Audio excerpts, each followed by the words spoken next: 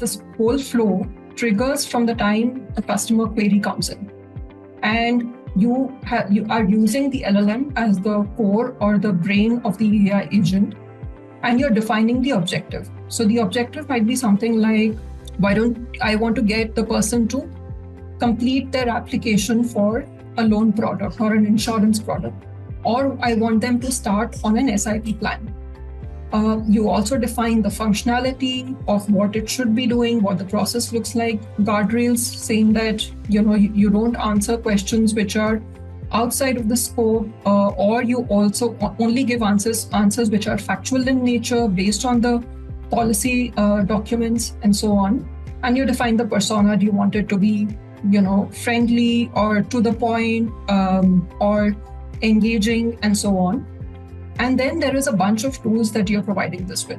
So you have tasks, right? So you would say that, hey, you should ask questions if you don't have the relevant information about the person. So for example, if it's an existing customer, you just verify the details saying that, hey, I know your income source is through a profession, a full-time job. I know this is your risk profile. You're typically risk averse.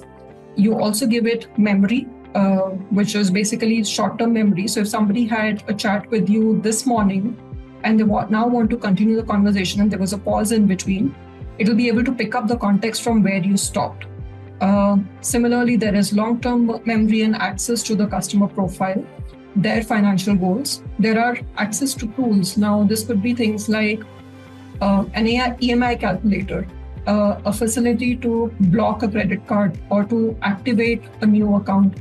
And then there is the RAG pipeline, which essentially RAG stands for Retrieval Augmented Generation, but very simply what it does is it allows the LLM to look up things before the answer. So if it has to look up your policy document or the current interest rate or the claims process or anything of that sort, it will go to that source, it will look up the information and then give you the response.